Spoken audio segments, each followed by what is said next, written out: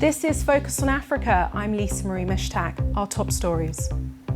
The deserted beaches of Cape Verde. We report on how the pandemic has devastated tourism in these islands of West Africa's coast.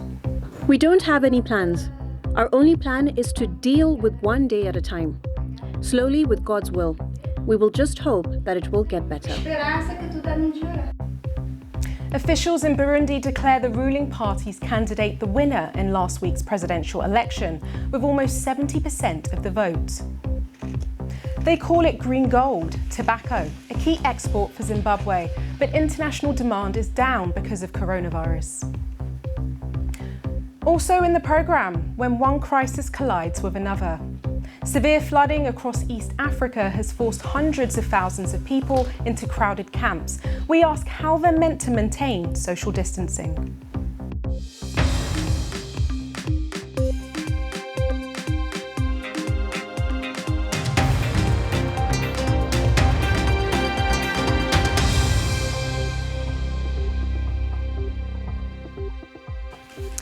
Thanks for joining us on Focus on Africa from BBC World News.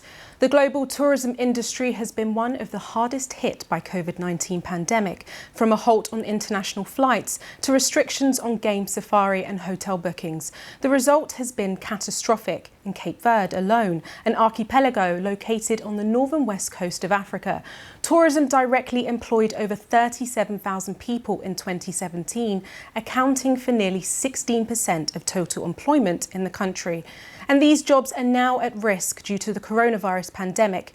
The BBC's Africa business journalist Maggie Matesi looked at how the island nation is coping. This is the coastline of Santiago and Sal, one of the 9 inhabited islands of Cape Verde, also lying about 385 miles off the west coast of Africa. Tourism is a way of life here. Paula Gomez is a mother of 2 girls and a resident of the island of Sal. She has been working in the market and supplying foodstuff to some of the hotels and restaurants on the island to be able to support her family. Before, my life was normal. I had my job. It was a good life, but now everything is complicated. I have been off work for 2 months. Both my husband and I stopped working. We are at home and we receive 70% of our salaries, 35% from our employer and 35% from the state, and we are trying to make do with what we have. Once known as the most popular tourist destination in the country, the island of Sal has turned into a ghost town. Businesses, resorts and hotels are closed, and the future remains uncertain. It is the new normal, the hallmark of movement restrictions and lockdowns. Well, the coronavirus has greatly affected our business. Our hotel emptied from one day to the next. We've had to lay off our staff. We've been preparing for the after COVID-19 with an extensive safety program.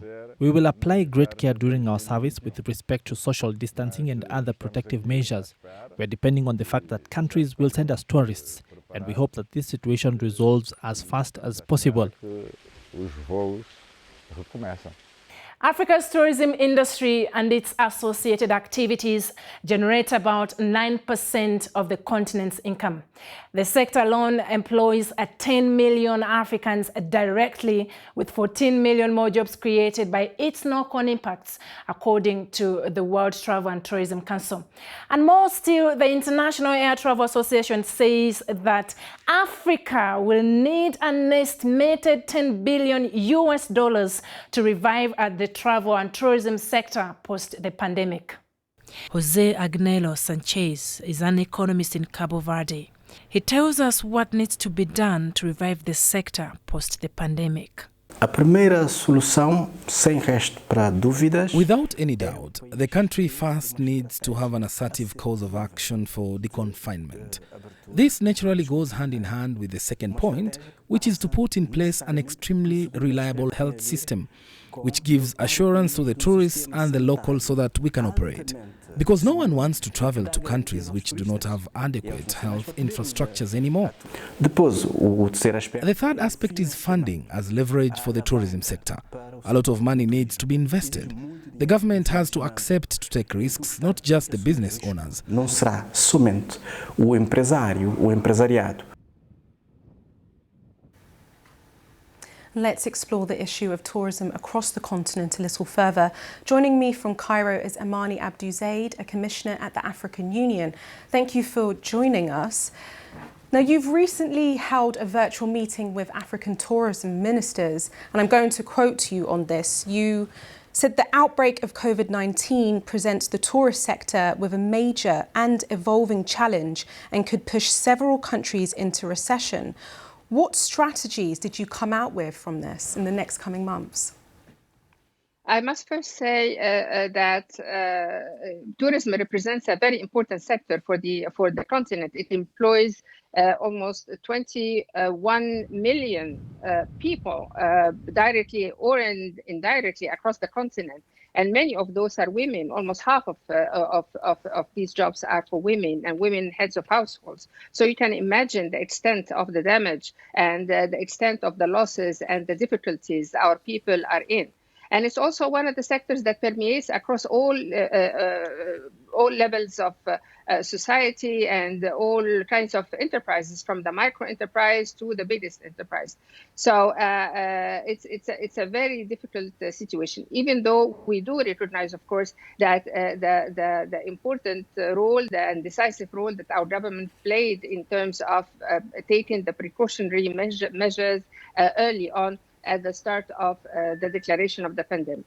That said, and in view of this situation, we called this meeting of the ministers, the African Union Committee for Tourism, to put together an emergency plan for the support of the sector.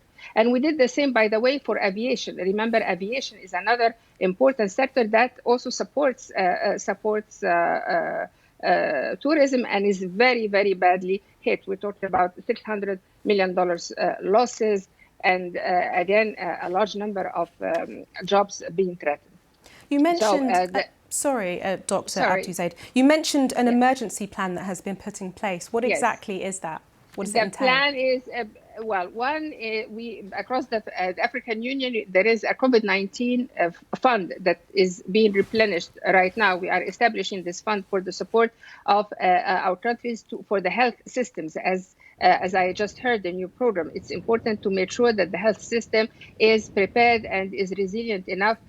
We don't know the extent of this pandemic. We don't know for how long or what happens later on. So it's important for this one to be taken care of, and we are working on that. But specifically for tourism, is to encourage our governments to put stimulus packages for the hotels, for the industries, to make sure that they keep their employees, and to provide special facilities also for them, maybe forgiveness of certain debts. We also to talk to the international financial institutions and the regional ones, the continental ones, like the African Development Bank or the Afri-Exim Bank, to support the industry with concessional loans to keep them afloat. So this is about the emergency aspects, but also to work with with the industry in putting together the health and safety measures that would enable them, come the time, to open and to make sure that the places or the tourism venues are healthy and are safe for both the employees and the visitors and the guests. If I could just cut in, many countries rely on foreign tourism. For example, Morocco and South Africa, they receive the most amount of foreign tourists to the countries. I'm wondering whether there will be a Pan-African response to this. Yes, I was Very going to come to briefly, that. sorry. So this, yes, I mean the medium-term plan is to rethink our clients as well. I mean across the continent, whether it's Egypt, Tunisia, Morocco, South Africa, Kenya, is to focus now to rethink it in terms of domestic tourism and to encourage intra-African tourism. And this is part of our African Union strategy now. It is time really to put that into action. And this is supported by another program that we're doing for visa Dr. openness Amani across the Abu-Zaid, continent. thank you very much for your insights. Thank Sorry, you. we have to leave it there. Thank you very much. Now, authorities in Burundi say the ruling party's candidate has been elected as the new president. The Electoral Commission said Evariste Ndayishimiye won almost 70% of the votes in last week's poll. The retired general will take over from Pierre Nkurunziza, who's led Burundi since 2005. Many believe the former leader will maintain a lot of influence. Mr. Nkurunziza will now be given the title Extreme Guide to Patriotism. The main opposition parties have called the election a farce. As China and Europe begin emerging from the COVID-19 pandemic, how they manage will have repercussions on other countries. Zimbabwe is Africa's largest tobacco grower. About 230 million kilograms are expected to be sold this season alone. The country is battling both drought and food shortages, but has so far maintained relatively low rates of coronavirus infections. But the virus's impact abroad could have an effect on the export markets Zimbabwe depends on. The BBC's Shingai Nyoka reports from Harare. Zimbabwe's economy is slowly emerging from weeks of shutdown. Tobacco auctions, delayed by a month, have now begun. The cash generated from sales to Asia and Europe is vital amidst a short supply of foreign currency to import food, fuel and power. Tobacco is one of the major foreign currency earners and China the biggest market. And so there's a lot of uncertainty here on the floors about how exactly COVID will impact the demand and by extension the economy. These tobacco export markets are severely affected by the global coronavirus outbreak, restrictions on movement, reduced consumer spending. It's likely to affect tobacco sales. Most countries have now directed their resources towards dealing with the coronavirus menace, but it can also be seen as an opportunity by other economies. So it's too early to say really how it's going to affect us. The biggest event on the agricultural calendar has changed dramatically due to the coronavirus. From thousands of farmers waiting for their crops to sell in previous years to this. Masks, some distancing, and no farmers. The green gold, as it is called here, has sustained this country for generations. 20 years after the takeover of white-owned farms, black small-scale farmers now dominate the market. They've battled poor seasonal rains and bad government payment policies. The Mazangwas are among the 3 million Zimbabweans who depend on tobacco. I've got my daughter, she's going to the university, so I know where to start actually in the beginning, but when I grew tobacco last season, I was able to pay the fees. I rent for accommodation, food, and the rest of us here actually had to live on that. COVID-inspired regulations and remote selling are prompting new fears. The risk of losing money from selling through proxies. And then there's further uncertainty about the global demand for their crop. Because there is this COVID, they are also disturbed there. They might buy less tobacco from us, but I don't know how far true is that now. It's just rumors circulating. As China and Europe's economies slowly reopen, the survival of families like the Mazangwas will hinge on the consumer demand for this tobacco in those distant lands. Shingai Nyoka, BBC News, Eastern Zimbabwe. This is Focus on Africa from BBC World News with me, Lisa Marie Mishtak. Still to come. Forced into temporary shelters by flooding, we report on displaced people in East Africa, finding it nearly impossible to practice social distancing. Welcome back. People displaced by extreme weather events around the world are being forced to break COVID-19 social distance and safety guidelines. That's according to the International Federation of Red Cross and other humanitarian agencies. It's a problem being acutely felt in camps and shelters across East Africa, where thousands of people have been living since the end of last year, when heavy rains caused serious flooding across the region. For more on this, let's speak to Navin Singh Kadra, the BBC's environment correspondent. Navin, you've been speaking to people affected by extreme weather, the flooding in East Africa, but also those affected by Cyclone Amphan, which hit parts of East India and Bangladesh last week. Can you paint a picture of what life's like in these camps right now?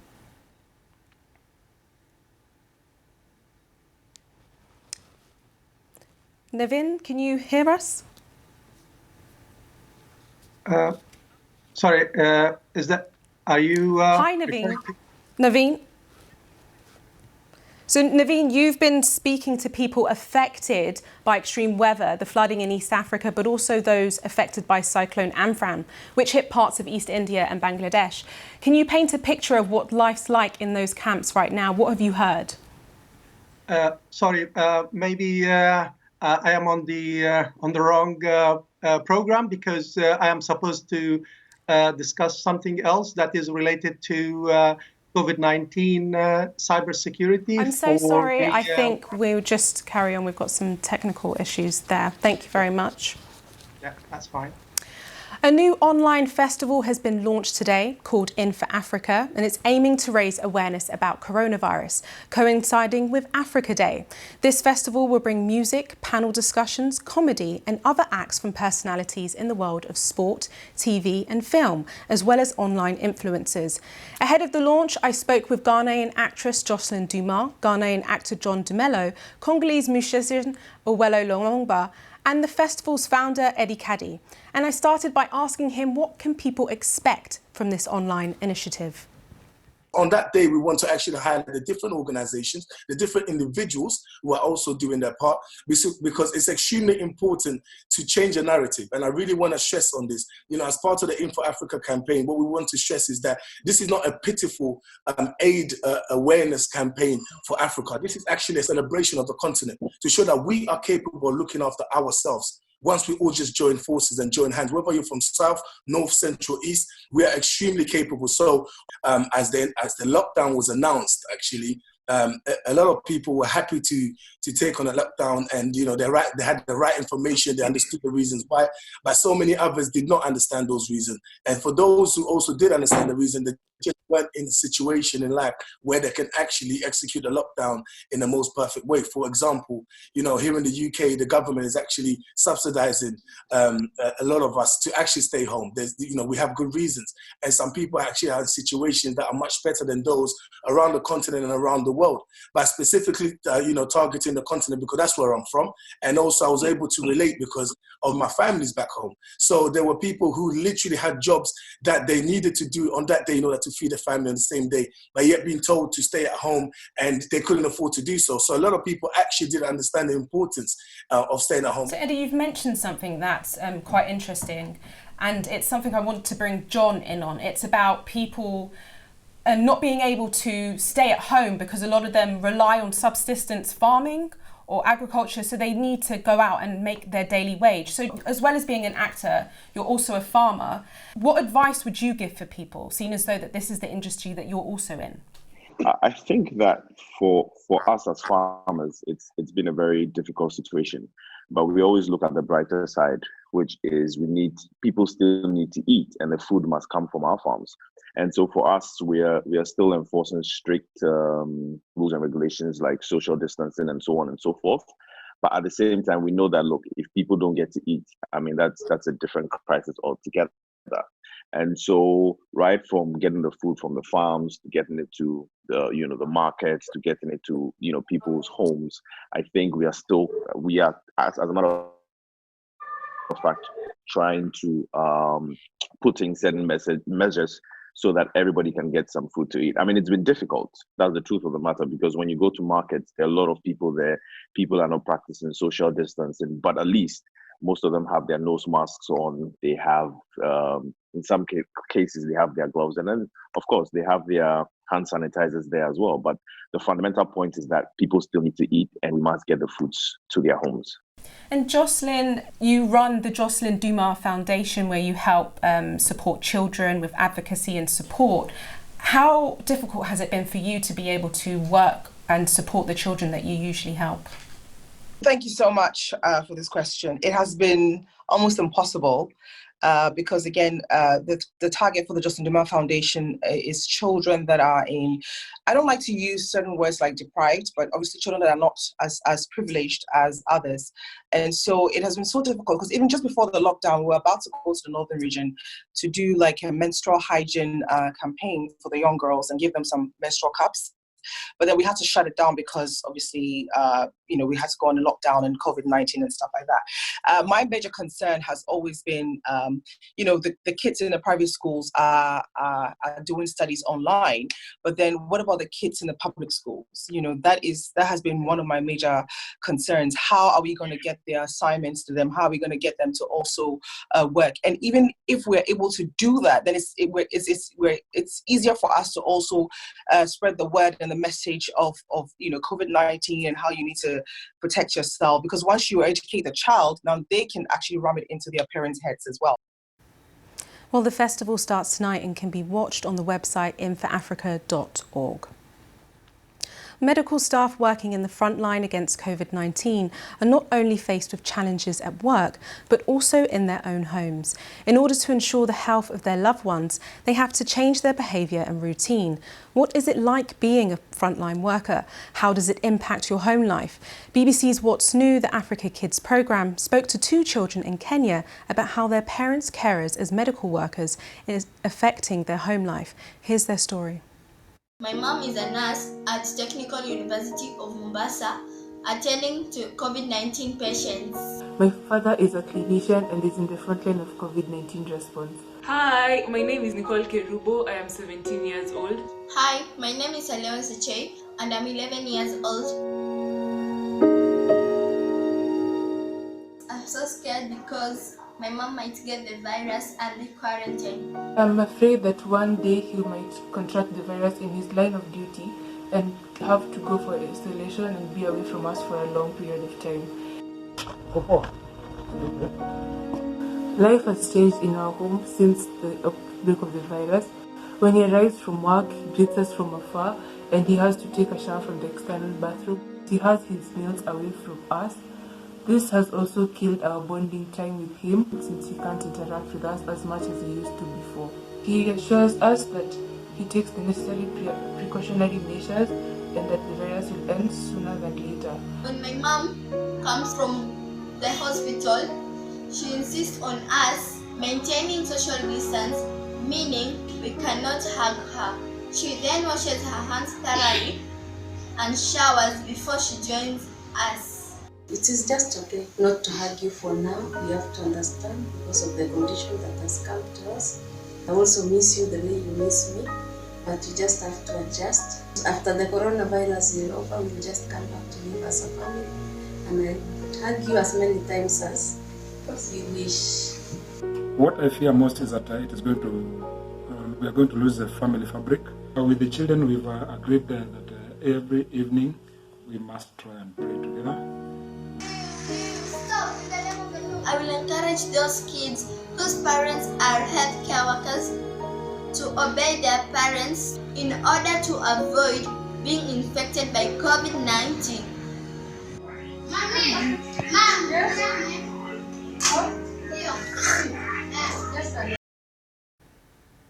Well, that's all from the programme, but don't forget you can get in touch with me and some of the team on social media. I'm at LM Mishtak. Thank you for watching. Goodbye.